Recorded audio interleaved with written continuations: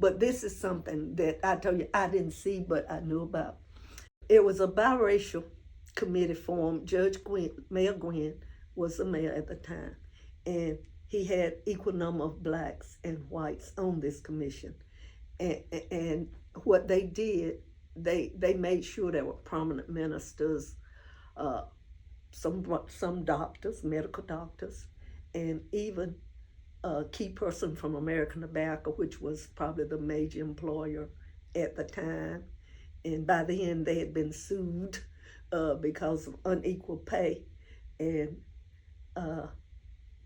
they sued them in '66. It's '83 before they do it. But anyway, that biracial committee, they probably were pushed back to it by the youth members of the NAACP. You know, the older members a little slower, and then they have jobs to worry about. Though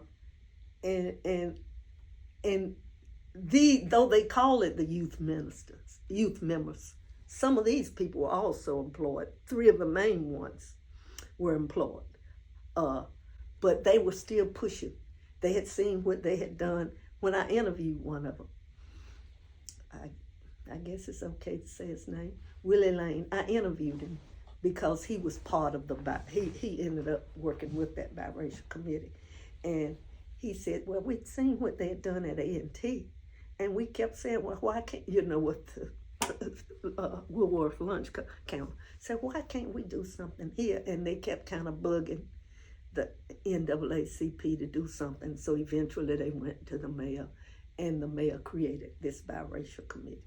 I was told that they made a decision not to publicize it. That's what I mean. Reidsville is kind of not to even publicize. And I looked in the vertical files for the review. I could not find the names of the committee. So what they did is have that committee. And evidently, they didn't want anybody to know who the members were, I guess to protect them. And when I was doing research, one of the committee members somehow it had gotten to the Baltimore paper, the African American Baltimore paper, and he brought me the paper with the names. That's how I find the names of who was on the committee. That's how protective they were of it.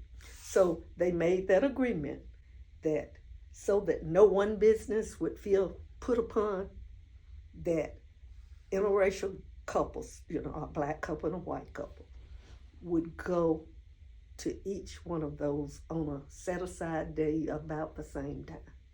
And that's what they did. And therefore, short sugars or whatever can't say where they got to me first or whatever, So that's how they integrated. And actually, Mayor Gwynn and one of the couples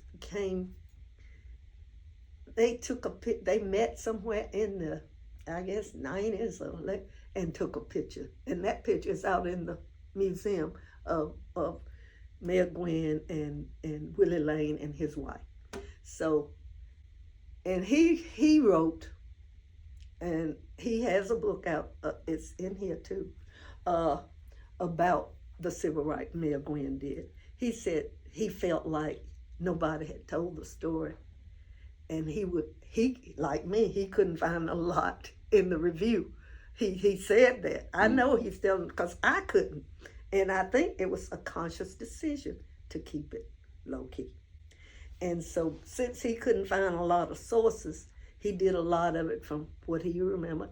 And at the end, he says, anybody who knows more, please add to it. But he wrote it based on what he remembered. And as I told you, his wife played a key role. And she first was a librarian here, and then she became the librarian for the whole county. And she was special, and she was one of the early female county commissioners as well.